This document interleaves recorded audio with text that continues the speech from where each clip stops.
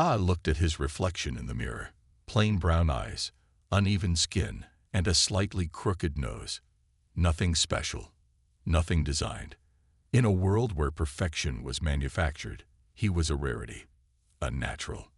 Outside his window, the gleaming towers of New Seoul rose into the crimson Martian sky.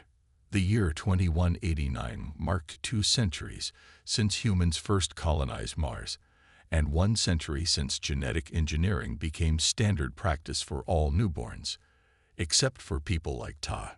He adjusted his resort uniform and headed to work.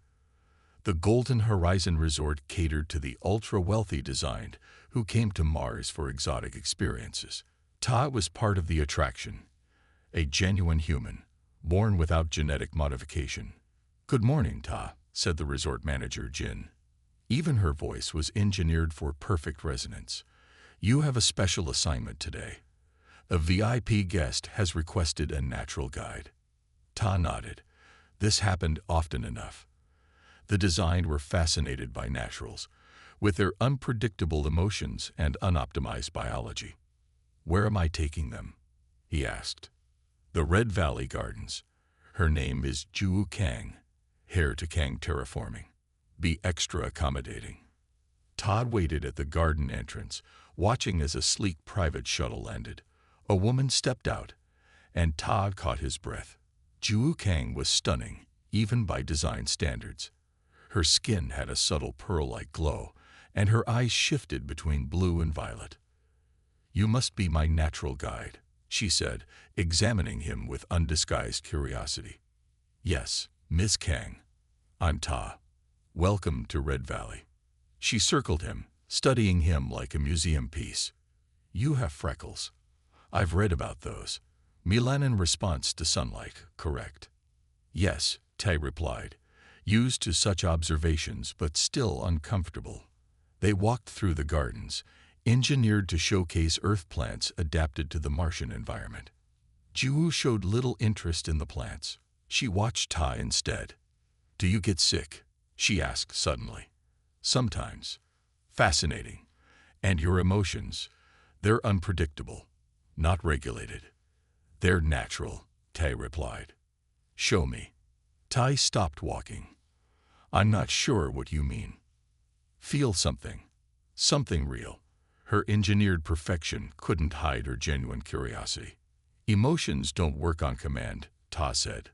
Ju frowned. The concept seemed foreign to her. What a strange limitation. They continued walking. Ju touched the petals of a red flower. "You know, my great-grandmother was a natural, the last in our family line. She refused enhancement until her death." "Was she born on Earth?" "Yes. She used to tell stories about rain falling on skin. She said design people would never understand the simple joy of that sensation." Ju looked at him with sudden intensity. "Is that true?" Tai considered the question. "I've only felt simulated rain in the habitat domes. But yes, there are simple joys that might be hard to appreciate if you're designed for constant fulfillment." "Like what?" "Like the satisfaction of solving a problem on your own, or the pleasant surprise of food tasting better than expected." Juwoo's eyes widened slightly. "We don't experience much surprise. Our sensory responses are calibrated for optimal satisfaction." They reached a viewpoint overlooking the vast Martian landscape beyond the terraformed zones. The ancient red desert stretched to the horizon. "I have a proposal for you," Ju said suddenly. "I collect rare experiences. I would like to add you to my collection."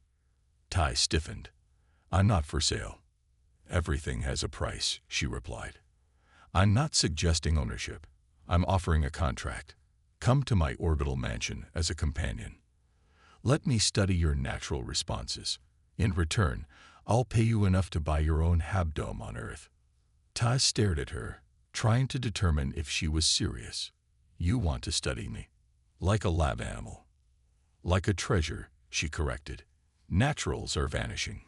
Your genetic line represents something humanity is losing forever." A group of tourists passed by, their enhanced forms moving with perfect grace. They glanced at Ta with the same curiosity Ju showed. He was used to being a spectacle. "Why me?" he asked. "Because you seem to understand both worlds. You work with the design every day. You communicate well. And," she paused, "you have kind eyes." Ta laughed. "That's not a very scientific observation. Perhaps that's why I find it valuable." She handed him a small crystal data chip. "My offer. Review it. I leave tomorrow."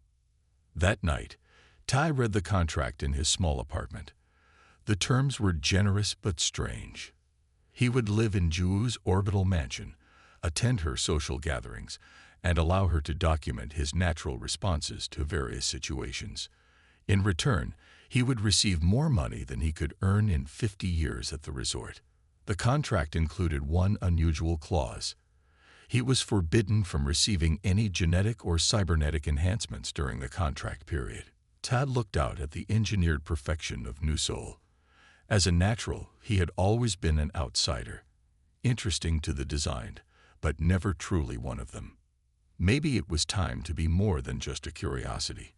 Maybe there was something important about being one of the last naturals in a world that had engineered humanity into something else entirely. The next morning, he found Juu preparing to depart. "I accept," he said simply. Juu smiled, her perfect features lighting up with something that looked surprisingly like genuine excitement.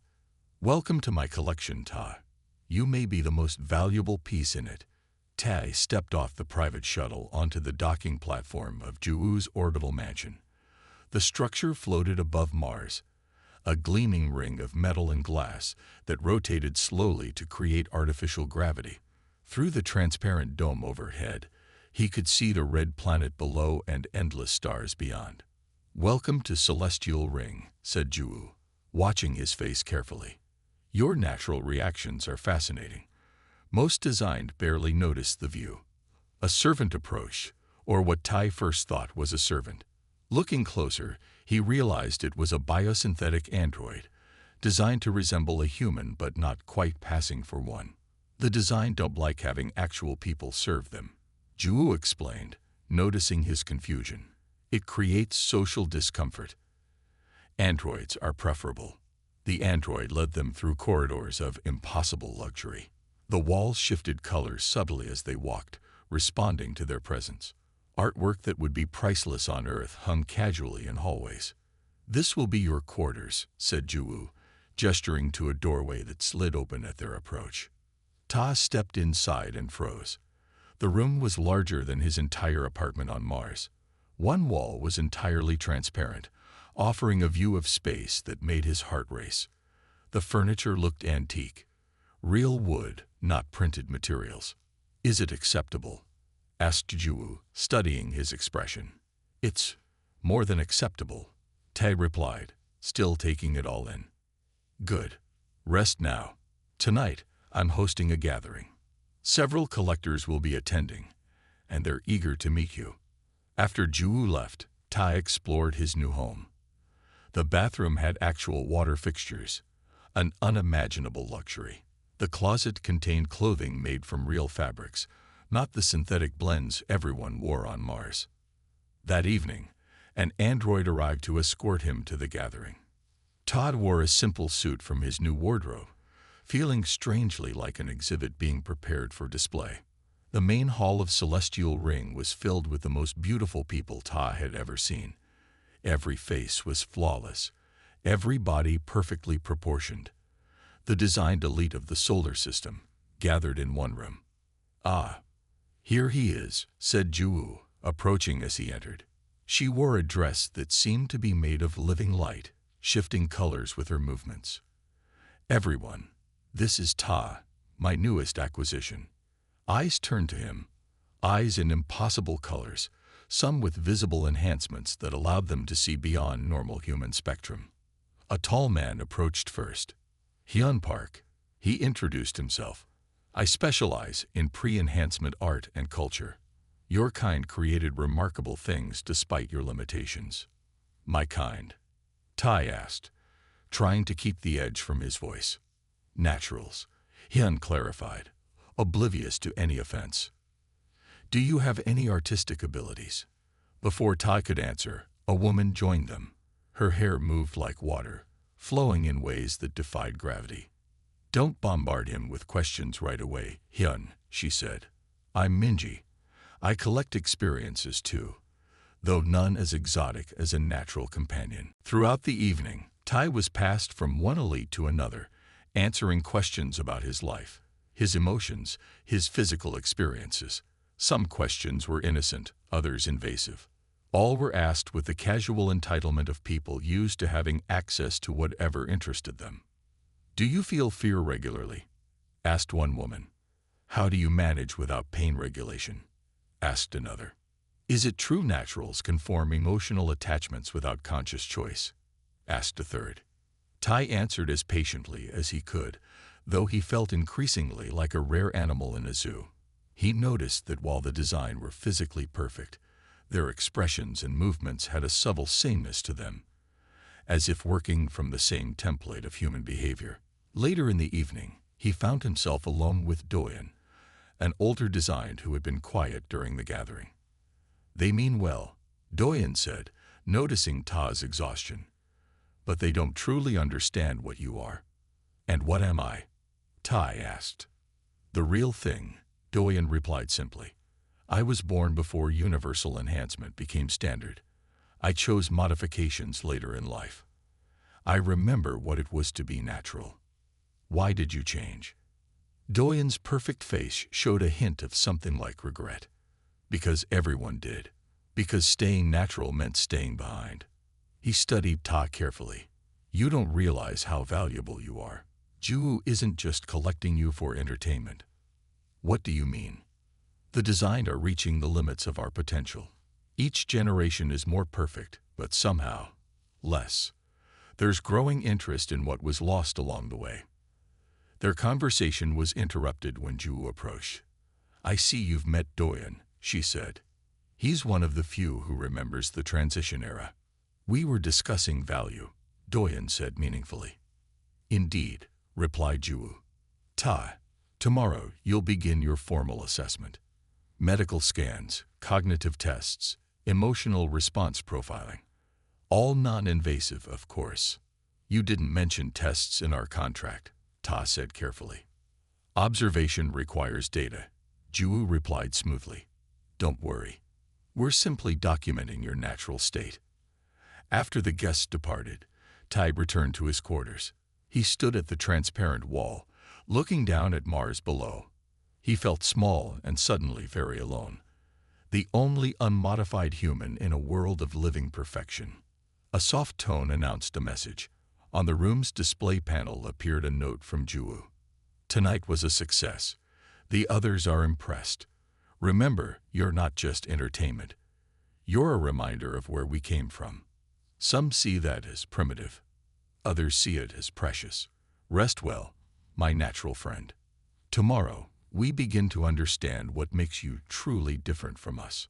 Tai stared at the message for a long time, wondering exactly what he had agreed to, and whether there was more to Juwoo's collection than simple curiosity about the past.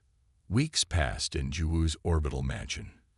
Tai settled into a routine of tests, social gatherings, and being studied like a rare specimen. Each day, medical devices scanned his unmodified body. Scientists measured his natural reactions to various stimuli. The design watched him with fascination, especially when he did something unpredictable. Today, Juwoo had organized a special event. A dozen elite collectors gathered in the observation dome to watch Tai solve problems. "The test is simple," explained Juwoo to her guests. "We present scenarios with no optimal solution and observe how a natural approaches them." Tai sat at a table with various objects before him. The first challenge was a physical puzzle, connecting pieces that didn't quite fit together. The second was a social dilemma involving resource allocation. The design watched, taking notes, murmuring to each other when he tried solutions they hadn't anticipated. "Fascinating," said Hyun. "He tries approaches that any optimization algorithm would reject as inefficient. Yet he finds solutions," noted Minji. "Unconventional ones." After the tests, Todd joined the collectors for a meal. The food was real, not synthesized, another luxury. As they ate, conversation turned to the limitations of modern society. The problem with optimization, said Doyen, the older designed, is that everyone reaches the same conclusion. Our minds follow the same perfect pathways. That's not a problem, argued Hyun. It's efficiency. Is it? Asked Ju. When every solution is the same, we become vulnerable to the same failures. Tai listened quietly, realizing the designed were discussing something fundamental about themselves, something they saw in him that they lacked. Later that evening, as the party continued, alarms suddenly blared throughout the station. Red lights pulsed along the corridors. Station alert, announced the AI system. Solar radiation storm approaching. Shield generators compromised. Seek emergency shelter immediately. The perfect composure of the designed guests cracked. They moved quickly toward the center of the station, following emergency protocols. Tai followed them to a reinforced chamber deep within the structure. The main shield generator is failing, said one of the station engineers, his enhanced eyes scanning diagnostic displays. Backup systems are responding, but at decreased capacity. How long until the storm hits? Asked Ju. 17 minutes. We need at least 15 to bring secondary shields to full power. That should be sufficient, said Hyun calmly. Then another alarm sounded. Alert. Environmental system malfunction. Oxygen recycling compromised. The engineer's perfect face showed actual fear. The radiation is already affecting our systems. The AI is following protocols, but the situation doesn't match any program scenarios. Todd watched as the design began discussing options, each suggesting the same solutions, all following the same optimization patterns. Minutes ticked by as they reached consensus on the correct approach, but the engineers struggled to implement it as system after system failed in unexpected ways. We have 9 minutes, Ju announced. The shield isn't responding to standard protocols. Ta stepped forward. May I look at the system? The design turned to him in surprise. You aren't qualified, said Hyun. I worked maintenance on Mars, Tae replied. Not on systems this advanced, but the principles are similar. Ju nodded to the engineer. Let him try. Tae examined the displays. The design had been attempting to repair the system by following emergency protocols perfectly. But something was wrong with the communication between subsystems, an unusual problem their optimized minds kept approaching the same way. We need to bypass the main control node, Ta said. It's trying to optimize for both oxygen and radiation protection and creating a feedback loop. That violates basic safety protocols, protested the engineer. Yes, agreed Ta. But it might work. Do you have manual override access? The engineer hesitated, then provided access. Tae's fingers moved across the controls, making adjustments that any properly designed system would reject as inefficient or dangerous. He worked on instinct, trying approaches that felt right rather than following optimized procedures. 4 minutes, said Ju quietly. Tae finished his work and stepped back. Try it now. The engineer activated the system. For a terrible moment, nothing happened. Then the displays flickered and turned green. Shield generators responding. Oxygen systems stabilizing. Storm protection at 92% capacity. The design looked at Ta with new eyes, not just curiosity now, but something like respect. How did you know that would work? Asked Minji. Ta shrugged. I didn't. I just tried something different. Later, when the danger had passed, Ju found Tai alone in the observation dome, looking out at the stars. You saved everyone today, she said. I just saw a different approach.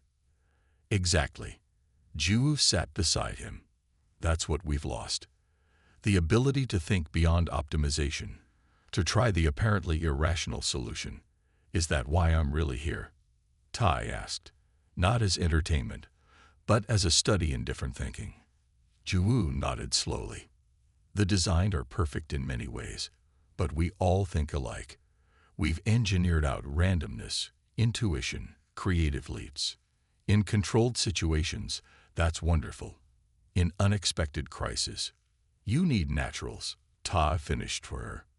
Perhaps humanity needs both, said Juwu. The efficiency of design and the unpredictability of nature. That night, Tai received messages from several of Juwu's guests. They expressed gratitude for his quick thinking. Some invited him to visit their own collections. He was no longer just a curiosity. He had demonstrated a hidden strength, the value of being imperfect but adaptable. In his quarters, Ta looked at Mars below and felt something he hadn't expected: pride in being natural in a designed world. After the solar storm incident, Ta's status in the orbital mansion changed. The design no longer viewed him with mere curiosity, but with a new respect. He was invited to meetings, asked for his perspective on problems, and treated less like an exhibit and more like a valuable consultant. One evening, Juwu invited Ta to her private laboratory. Unlike the opulent spaces of the mansion, this room was purely functional. Screens displayed genetic sequences and brain activity patterns. I've been comparing your neural responses to those of the designed, Juwu explained, showing him a series of brain scans. The differences are subtle but significant. What differences? Asked Ta. Creativity, adaptability. Your brain creates new neural pathways when faced with problems. Ours tend to optimize existing ones. She looked at him intently. I need to show you something, but you must promise absolute secrecy. Intrigued, Ta nodded. Juwu pressed her palm to a hidden scanner. A section of wall slid open, revealing a transport pod. This will take us to the lower ring. Few know it exists. The pod descended rapidly. When the doors opened, Ta stood in a completely different environment. A simple, functional space where people worked at various stations. What shocked him most was that many appeared to be naturals. A woman approached them. Unlike the perfect design, she had uneven features and moved with natural, unpracticed grace. This is Yuna, said Juwu. She leads our research team. Welcome, Ta, said Yuna. We've heard much about you. Ta looked around in confusion. What is this place? The future, replied Yuna simply. Or at least, we hope so. She led Ta through the facility. Unlike the mansion above, this space was designed for function rather than beauty. Naturals and some designed worked side by side, studying genetic sequences and running simulations. After universal enhancement became standard, genetic diversity plummeted, explained Yuna. Each generation of the design became more perfect, but also more similar. The same optimized genes, the same enhanced traits, which means the same vulnerabilities, added Juwu. The same blind spots. What can I possibly do? Asked Ta. Testify, said Yuna. Show them what they're losing. You've lived among the elite. You've demonstrated the value of natural thinking. Your voice will carry weight. But more than that, added Juwu, we need you to help us connect with other naturals. There's an underground network. They don't trust the designed, even ones like me who want to help. Ta laughed without humor. You think they'll trust me? I live in your mansion. I'm your collection piece. You're also the natural who saved a station full of design during a crisis they couldn't handle, countered Jono. That story has spread. You're becoming a symbol. Tai stood and walked to a window overlooking an agricultural section where naturals tended plants the old way, without automated systems. Children played nearby, some clearly natural, others designed but working alongside them. If I help you, he said finally, what's the actual goal? What would victory look like? Choice, said Juwu simply. The right of all humans to choose their own path. Enhancement, natural life, or something in between. Diversity protected as a strength, not eliminated as a weakness. Ta thought of his simple life on Mars, how quickly it had changed. Now he stood at the center of a struggle for humanity's future. When do we start? He asked. "We already have," replied Yunhe with a smile. "The revolution began the day you solved a problem no design could handle." The grand hearing chamber of the Solar System Council fell silent as Ta walked to the witness stand. 3 weeks of frantic preparation had led to this moment. The massive room held hundreds of representatives from Earth, Mars, the lunar colonies, and the outer settlements. All of them designed, except for a small section where naturals had been permitted to attend. Tai spotted Juwu in the front row, sitting alongside Yuna and Chono. They had worked tirelessly to arrange this hearing, calling in favors, leveraging influence, and fighting for his right to speak. "State your name and status," said the council head, a woman whose perfect features betrayed no emotion. "Ta Kim, natural human." A murmur ran through the chamber. Most council members had never seen a natural in person. "You understand that this council is considering the Universal Enhancement Act," continued the head. "This legislation would require all humans to undergo basic genetic enhancement for the greater good of society." "I understand that's how it's been presented," Tay replied. "I'm here to explain why it would be a mistake." For the next hour, Ta spoke about what he had learned during his time with the design. He talked about the solar storm incident, about problem-solving approaches, about neurological diversity. He explained how natural unpredictability and designed efficiency could complement each other. "The incident on Celestial Ring wasn't a fluke," he concluded. "It demonstrates a fundamental truth. Humanity needs diversity to survive. By eliminating naturals, you eliminate an entire mode of human thinking and adaptation." Questions came from council members, some hostile, some curious. Tai answered each one calmly, despite his racing heart. Then Hyun Park stepped forward. Ta hadn't seen him enter the chamber. "This natural has been living in luxury as part of a private collection," said Hyun dismissively. "He cannot speak for the majority of naturals who live in poverty and disease. Universal enhancement would end their suffering." "Would it?" challenged Ta. "Or would it just make the design more comfortable by not having to see difference?" Before Hyun could respond, the doors at the back of the chamber opened.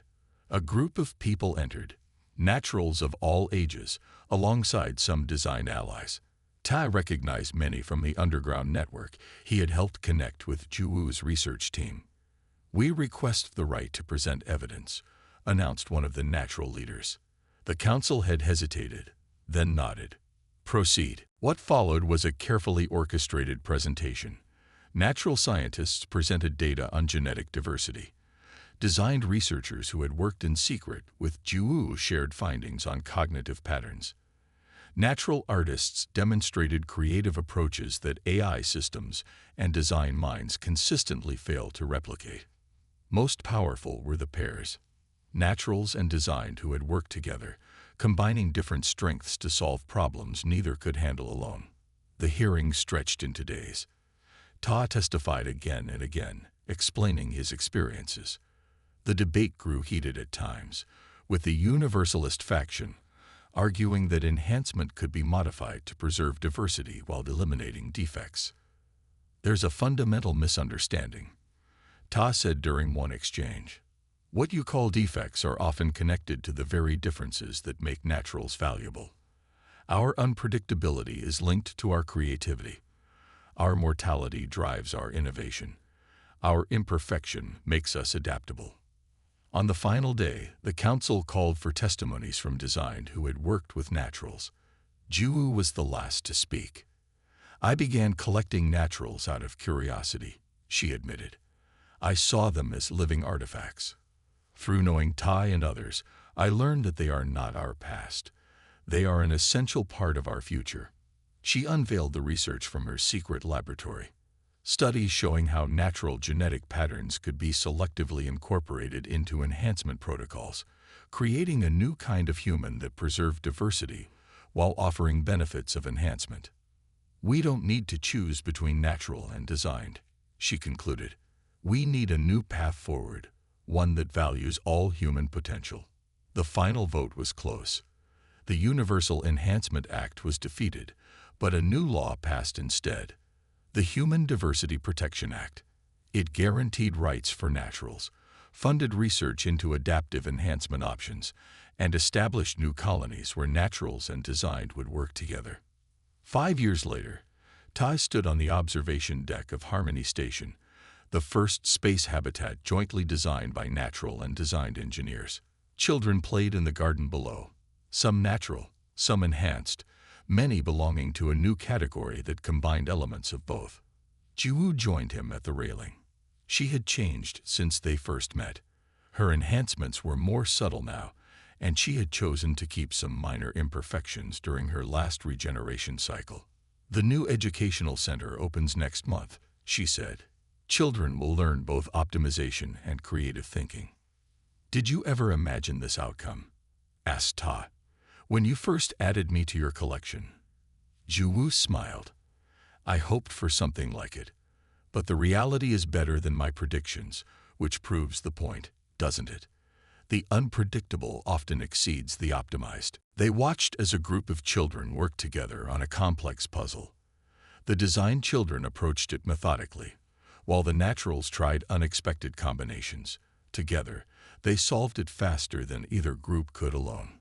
"We're still at the beginning," said Ta. "There will be challenges ahead." "Of course," agreed Jiwoo. "But now we have the full spectrum of humanity to face them with." Below them, natural and designed adults worked side by side in laboratories and workshops. Artists collaborated with engineers. The old divide was breaking down, replaced by a community that valued difference. "The collection is complete," said Jiwoo softly. Tad looked at her questioningly. "My real collection," she explained. "Not of naturals as curiosities, but of human potential in all its forms. That was always the true treasure." Together, they watched the sun rise over Earth in the distance, illuminating a new chapter in human evolution, one written not by perfect design or natural chance alone, but by the powerful combination of both.